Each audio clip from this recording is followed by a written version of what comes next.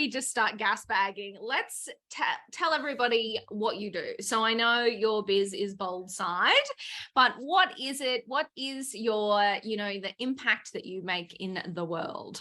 Yeah. So basically, I run a business called Boldside, and we're on a mission to build standout leaders and epic teams. And that's really the core of what I do. And it's a really fun gig. Like, it is weird. Like, people are weird. And so my Oh my God, whole, people are so weird. Yeah. oh, aren't they? Like, I'm weird, you're weird, we're all weird. Yeah. When you're a leader, though, and you're dealing with the weirdness of people, it can be really challenging, right? Mm-hmm. And really taxing. And so that's where I come in. I love weird people stuff. It's like my jam. So I'm like right there in there.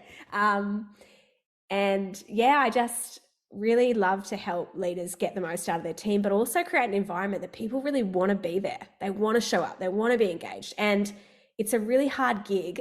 Like, you would know this when you start a business, and you're like, all of a sudden you've had this full technical skill set that you've built over many years. Mm. And then all of a sudden you're like, I've got all this technical expertise, but then I have to lead a team. And Yeah. and that just doesn't naturally evolve. I think organizations think and businesses think, if I've got this technical skill set, I can step into leadership and just figure it out. Mm. It's not easy.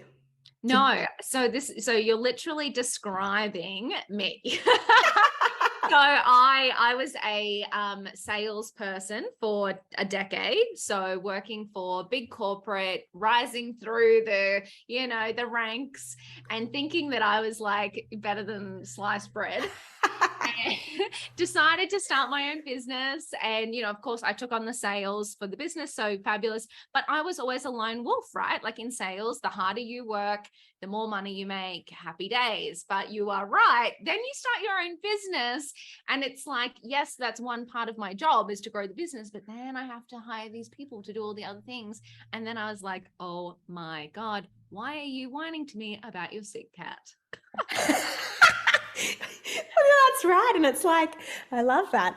I was talking to a leader who I work with the other day, and she is just like, I love my job so much. I just don't like dealing with people. I feel that on a deep level. Because that's the thing. It's you get into a business to do what you love to do. And then as it grows, all of a sudden you need people around you. And so it becomes more about how do you mobilize a team and less about how do I do my technical skill set. And that can be really sad in some ways. Oh my God. I was literally talking to a founder the other day, and they're like, it's not fun anymore because I don't do the thing that I love to do. And the whole reason why I started the business was to solve this problem, but that's not my job anymore. My job is to be the CEO and to lead the people and they're like, this sucks. Yeah, right. So it's such a mindset shift. And I think what happens, and this is why we see startups when they make that transition point and they've had all this rapid growth, then eventually the founder has to make the choice. Do I step into the CEO gig and fully own that? Or do I become the founder? And like we interviewed on our podcast, I do a podcast called My Millennial Career, and we interviewed Amantha Imber, who has had this incredible, amazingly successful career. And she works with like Pixar and Google and all these huge, Atlassian, all these huge businesses. And she, in her own journey, has just stepped out of the CEO role into the chief maker, where she gets to do all the stuff she got into the business to do. Yeah. And that's she doesn't.